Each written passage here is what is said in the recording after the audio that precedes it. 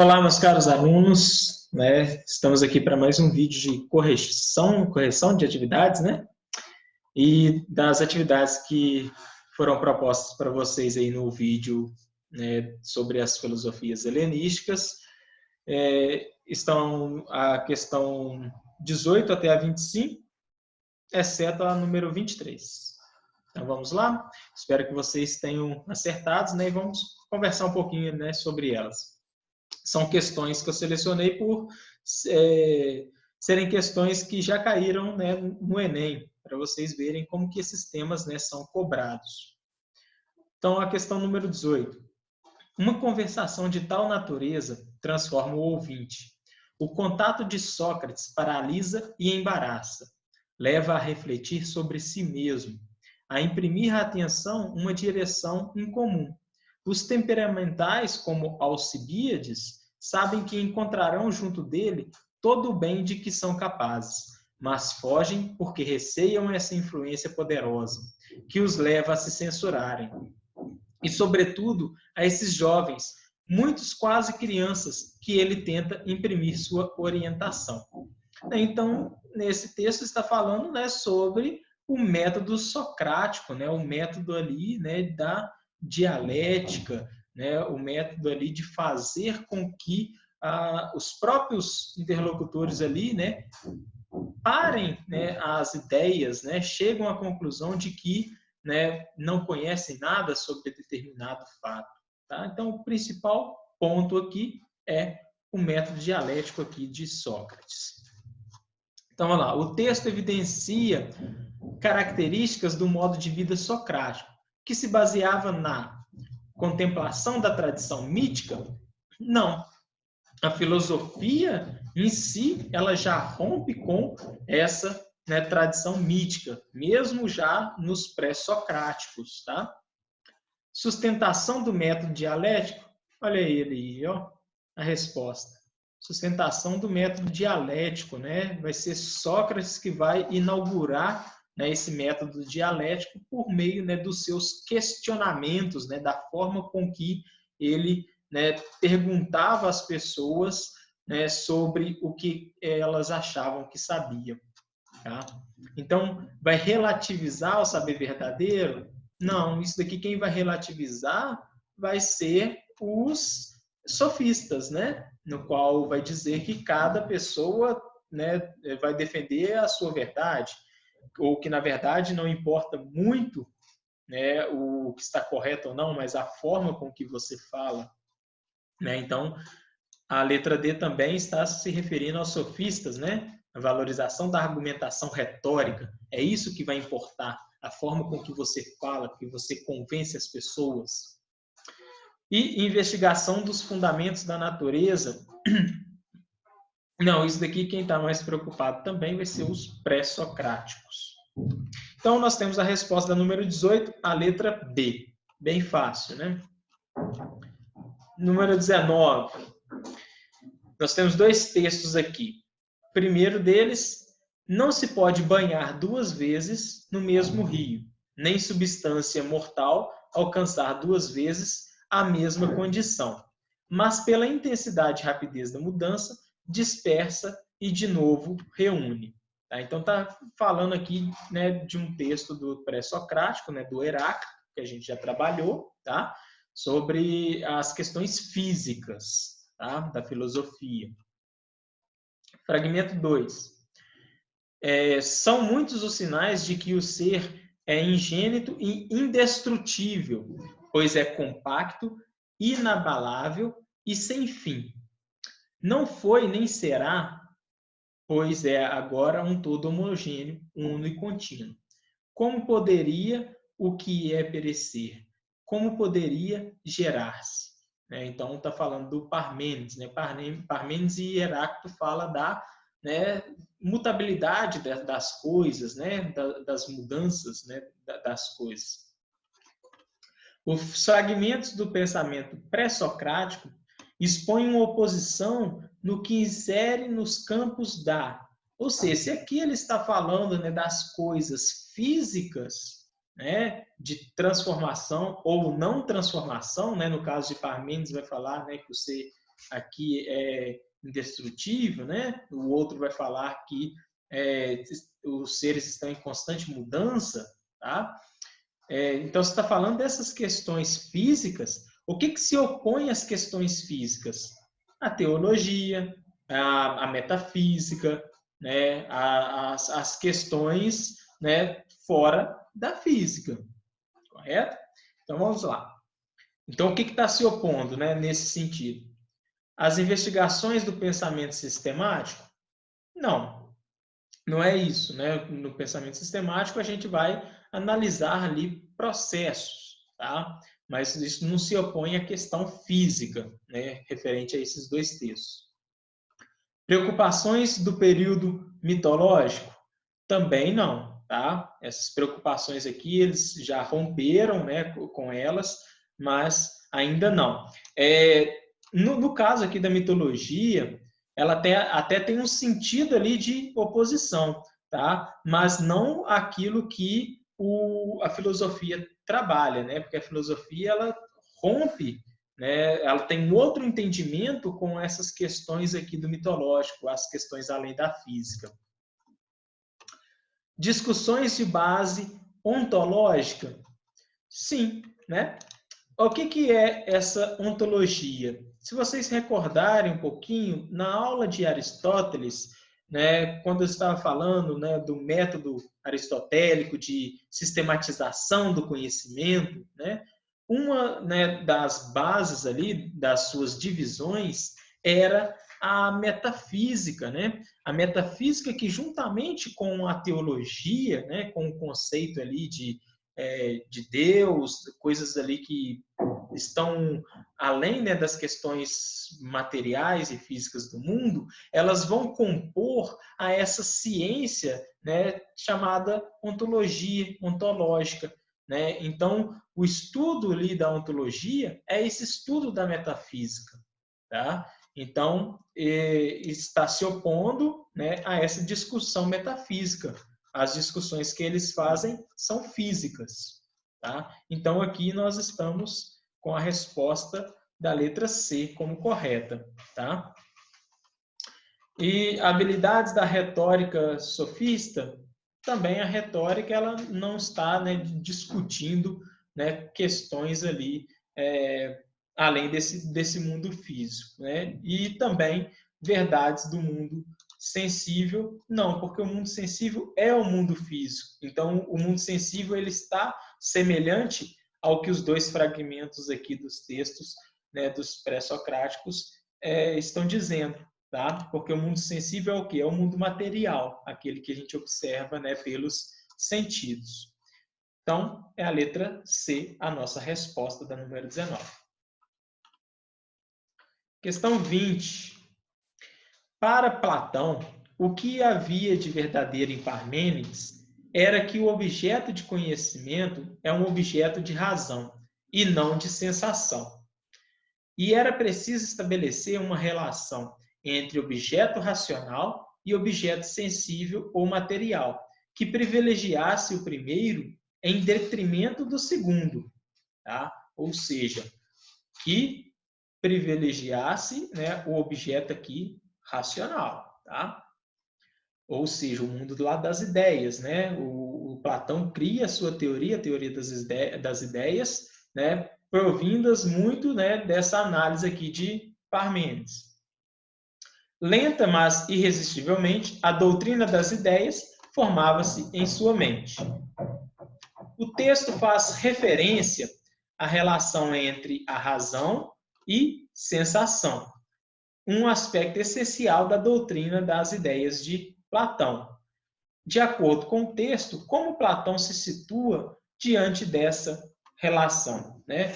Como que ele avalia o conhecimento, né, produzido ali no mundo sensível, né, com aquele que ele chama, né, de mundo ideal, né, o mundo que seria alcançado ali por meio da razão. Como que se dá, né, esses dois mundos para Platão? Então, ele estabelece um abismo intransponível entre as duas, né? Não, porque ele fala que por meio da filosofia, por meio da razão, você rompe com esse mundo sensível, que ele chama lá, né, no mito das cavernas, né, como sendo da alegoria da caverna, como sendo a caverna, para, né, a luz, para sair dessa caverna por meio da filosofia. Então não é intransponível. É difícil, né, um caminho doloroso? Sim, mas não intransponível. Privilegiando os sentidos e subordinando o conhecimento a eles? Não. Ele vai privilegiar o primeiro em detrimento do segundo. O primeiro é o objeto racional, né? O sensível não é privilegiado, tá? Atendo-se à posição de Parmênides de que a razão e sensação são inseparáveis. Também não. Quem vai, né, ater-se a isso vai ser Aristóteles, né, que vai falar que os seres são como um todo. Né? Por meio da sensação, nós vamos obter conhecimento. Né? A sensação é o princípio de se obter conhecimento. Isso é o que Aristóteles fala. Platão não. Platão, né, tem dois mundos distintos. Você consegue, né, passar de um para o outro, tá? Mas eles são mundos distintos, tá? São separados. Afirmando que a razão é capaz de gerar conhecimento, mas a sensação não? Sim, né? Isso aqui está uma afirmação, né, verdadeira. A razão ela gera conhecimento, a sensação não. A sensação leva a coisas falsas, né? A falsa ideia de realidade, né? Lá no mito, né, da caverna, é as sombras, né? As sombras que a gente observa, a gente tem uma sensação de que é a realidade, né? Mas não é o conhecimento verdadeiro. O conhecimento verdadeiro é aquilo que está passando, né, atrás do fogo e está projetando aquelas sombras. Então, a razão é capaz de gerar conhecimento, a sensação não. Isso para Platão, tá? Então a gente tem que avaliar cada uma, né, dessas filosofias para a gente distinguir, né, porque tem várias formas, né, de se pensar, né, de filosofar. Então, quando a gente analisa uma questão, a gente tem que realmente saber de quem que nós estamos falando, né? Porque se nós estivéssemos falando de Aristóteles nesse caso, olha aqui, a letra C seria a resposta, mas como nós estamos falando de Platão, a letra D que é a resposta correta, tá? E a letra E, rejeitando a posição de Parmênides de que a sensação é superior à razão. Também, né? Parmênides não fala isso, né? De que a sensação é superior à razão. O correto aqui é a letra D. Então, vamos passar aqui para a questão 21. Pode-se viver sem ciência. Pode-se adotar crenças sem querer justificá-las racionalmente. Pode-se desprezar as evidências empíricas. No entanto, depois de Platão e Aristóteles, nenhum homem honesto pode ignorar que uma outra atitude intelectual foi experimentada, a de adotar crenças com base em razões e evidências e questionar tudo o mais a fim de descobrir seu último sentido. Então, olha só, nós podemos até, né, viver sem aqui, né, sem acreditar em ciência, né, sem utilizar a razão, né, mas depois dos conhecimentos produzidos aqui por Platão e Aristóteles, né, qualquer pessoa que se propõe a isso, tá, não está sendo honesto consigo mesmo, né, porque foi ensinado. Né, então as pessoas estão insistindo num erro, digamos assim, né, estão indo contra aquilo que já foi mostrado, né, mostrado que a ciência, né, é aquilo que traz, né, luz, gera conhecimento. Então, Platão e Aristóteles marcaram profundamente a formação do pensamento ocidental. No texto é ressaltado o importante aspecto filosófico de ambos os autores, que, em linhas gerais, refere-se à adoção da experiência do senso comum como critério de verdade? Não, né? O senso comum ele deve ser superado. Isso fica muito claro lá, né, em Platão, né, na teoria das ideias, né, de que o senso comum é o conhecimento gerado ali no mundo sensível. B. A incapacidade de a razão confirmar o conhecimento resultante de evidências empíricas. Olha só, a razão, ela sendo incapaz? Não, a razão ela é capaz de tudo, né? Esse pensamento racional. Tá? Então, a razão confirma o conhecimento das evidências empíricas, dos experimentos. Tá? Então, não, nada de incapacidade aqui. Pretensão de a experiência legitimar por si mesma a verdade? Não, né? Precisa-se, né, ter um método, né, científico ali por trás. Não basta simplesmente, né, experiência para se chegar à verdade. Porque, às vezes, o que você experimenta a sua vida inteira não corresponde, né, à verdade. Porque, às vezes, o que você está experimentando é experiências advindas dos seus sentidos, né, do seu mundo, e isso nem sempre corresponde à verdade. Defesa de que a honestidade condiciona a possibilidade de se pensar a verdade?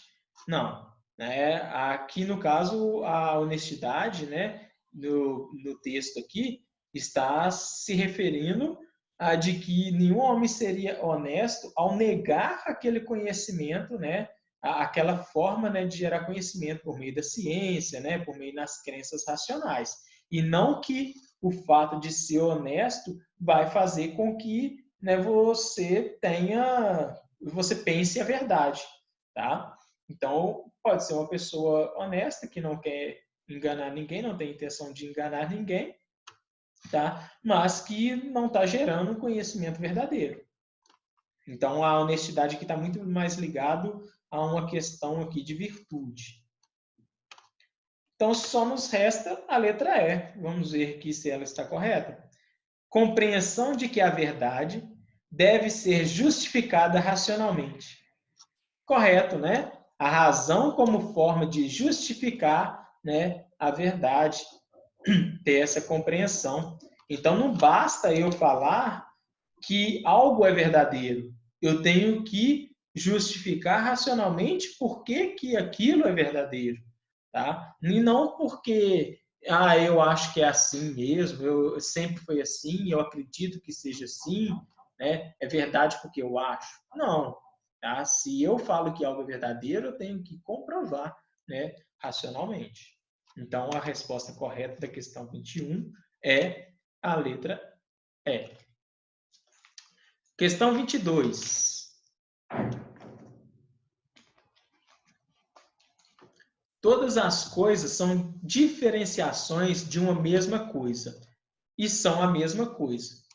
E isso é evidente, porque se as coisas que são agora neste mundo, terra, água, ar e fogo, e as outras coisas que se manifestam neste mundo, se alguma dessas coisas fosse diferente de qualquer outra, diferente em sua natureza própria, e se não permanecesse a mesma coisa em suas muitas mudanças e diferenciações, então não poderiam as coisas de nenhuma maneira misturar-se umas às outras, nem fazer bem ou mal umas às outras. Nem a planta poderia brotar da terra, nem um animal ou qualquer outra coisa vir à existência.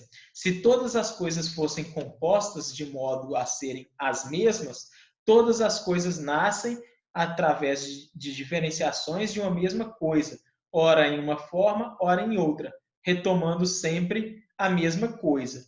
Então, está falando aqui, né, sobre a questão da mutabilidade das coisas, que as coisas elas mudam, né? Tem potenciação aqui de transformar, né? Não digo potenciação porque, né, o termo potência veio ali de Aristóteles, né? Mas assim como o Heráclito, né, fala dessa mudança, porque se as coisas não mudassem, não tinha essa possibilidade de uma coisa se misturar a outra, né? De uma planta brotar da terra, enfim, né? Então isso aqui faz parte dessa filosofia aí dos pré-socráticos que trabalha, né, a questão dos elementos, né, da questão mais física. Então lá, o texto descreve argumentos dos primeiros pensadores denominados pré-socráticos. Para eles, a principal preocupação filosófica era de ordem cosmológica propondo uma explicação racional do mundo, fundamentada nos elementos da natureza? Sim, tá?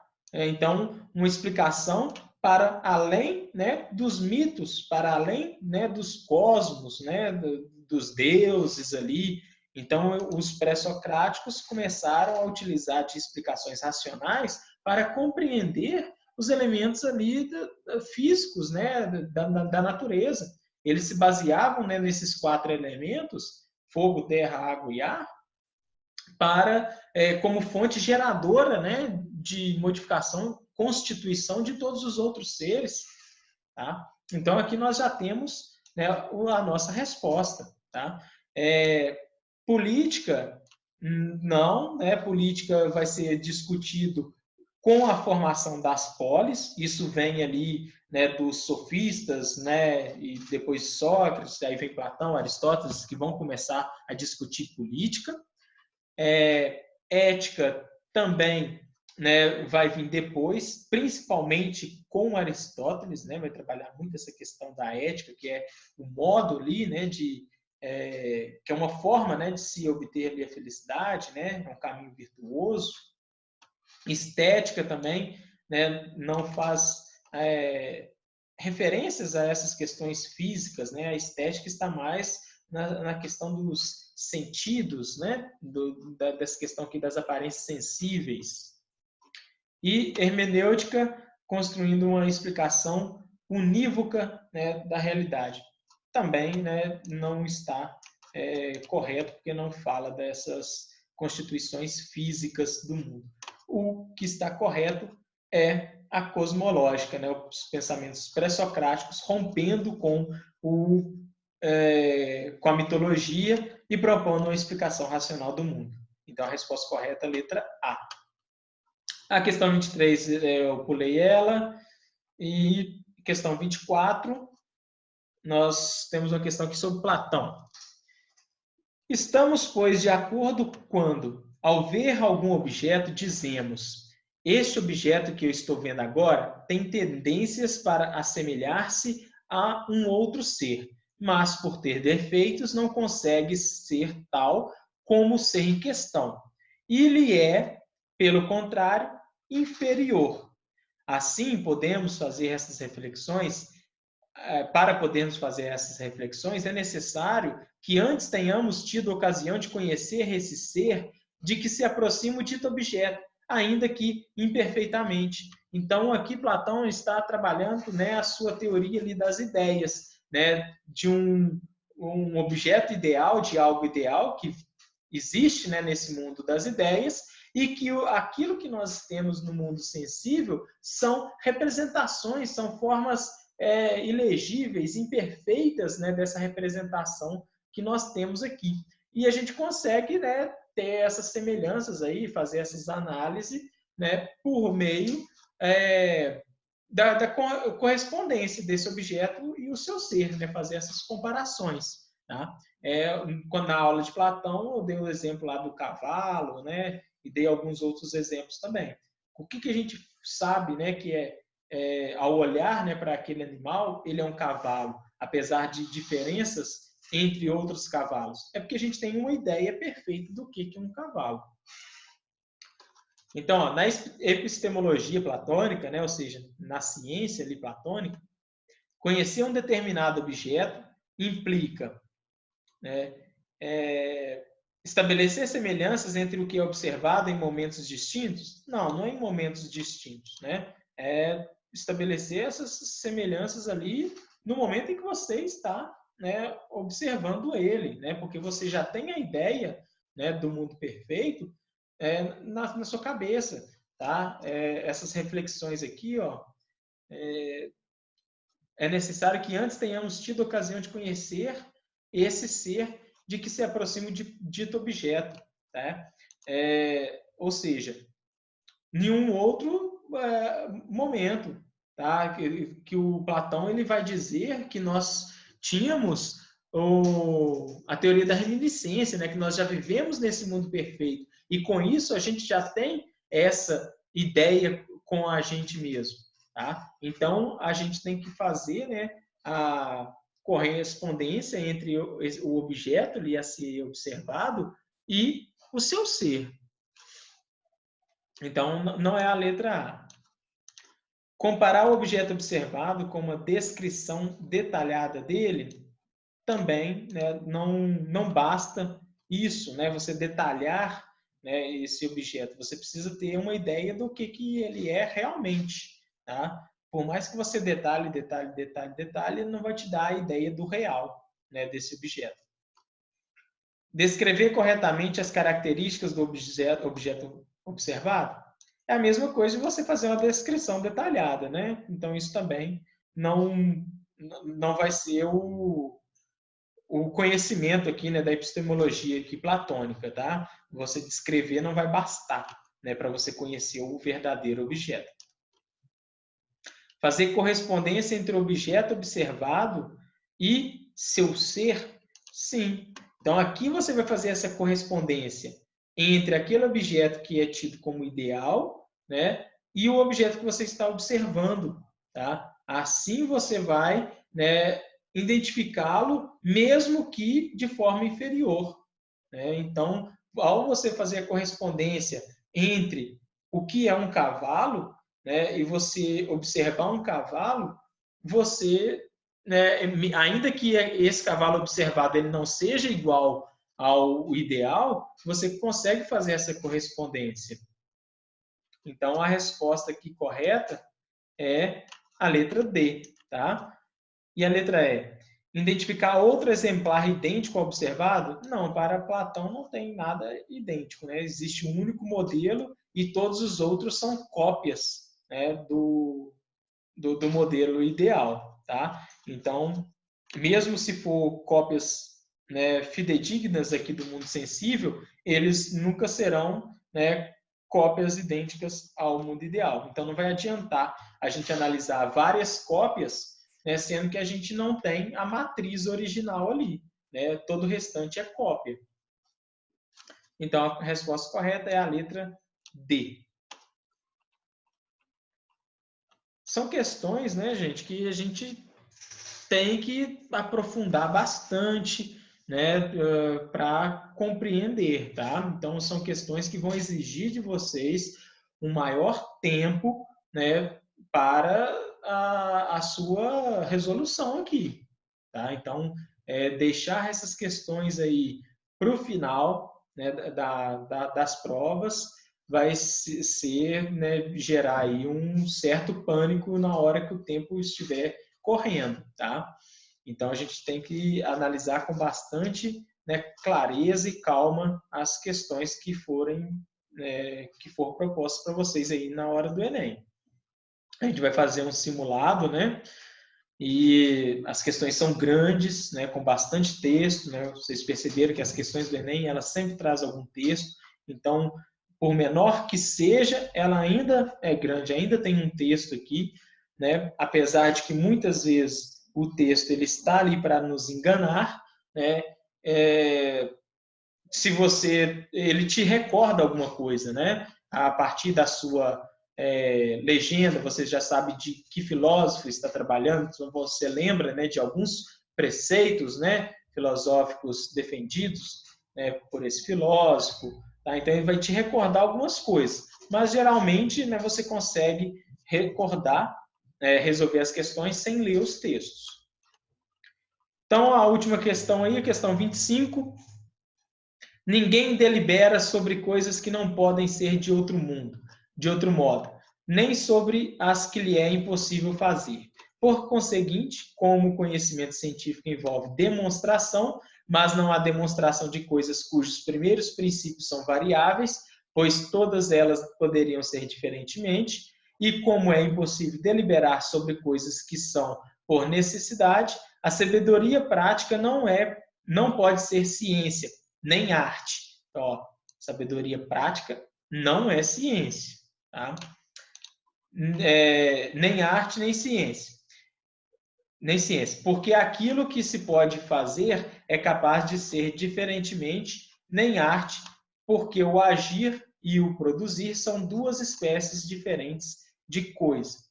Resta, pois, a alternativa de ser ela uma capacidade verdadeira e raciocinada de agir com respeito às coisas que são boas ou más para o homem. Ética a Nicômaco, né? Nós falamos um pouquinho sobre esse livro, né, na aula de Aristóteles. Aristóteles considera a ética como pertencente ao campo do saber prático.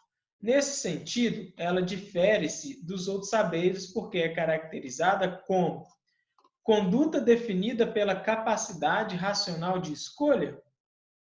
Sim, né? Aqui está correta, né? A ética ela vai nos guiar por um caminho, né, correto ali de escolhas que nós possamos escolher, né, um caminho, digamos, virtuoso por meio, né, da nossa capacidade racional. Uma pessoa impulsiva ligada ali pelos sentimentos, ela geralmente ela vai fazer escolhas erradas em sua vida, tá? Então, a ética, a conduta aqui, né, definida pela capacidade racional de escolha. Então, a resposta da 25 é a letra A. Então, vamos ver aqui, ó. Capacidade de escolher de acordo com padrões científicos. Olha, aqui você está falando que a ética, né, ela difere-se um pouquinho, né, dos outros saberes. Não é que ela, né, vai deixar de utilizar a racionalidade. A razão ela nunca vai deixar de ser utilizada dentro da filosofia, tá? Mas ela vai se diferenciar um pouquinho do método científico, tá?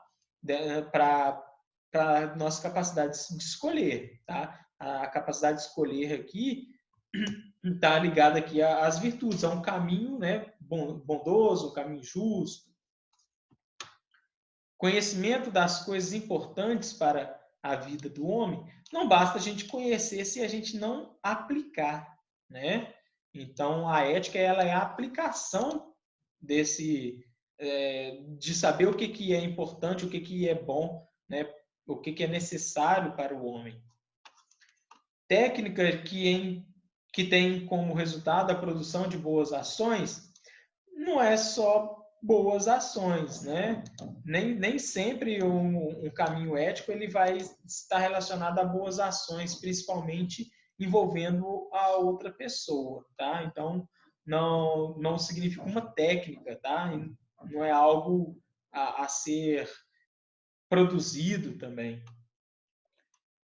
Política estabelecida de acordo com padrões democráticos de deliberação? Não, isso daqui, né, vem da política. É a política que vai, né, guiar o indivíduo dentro da polis, né? A política é um outro caminho ali da ética. A ética é individual, né? Essa conduta individual. A política, né, é no conjunto, é o cidadão dentro da polis ali, né, que vai agir de acordo ali com o interesse em comum, né, o bem comum de todos os cidadãos, né, de toda a polis. Então, a resposta correta é a letra A. Bom, espero que, né, vocês tenham acertado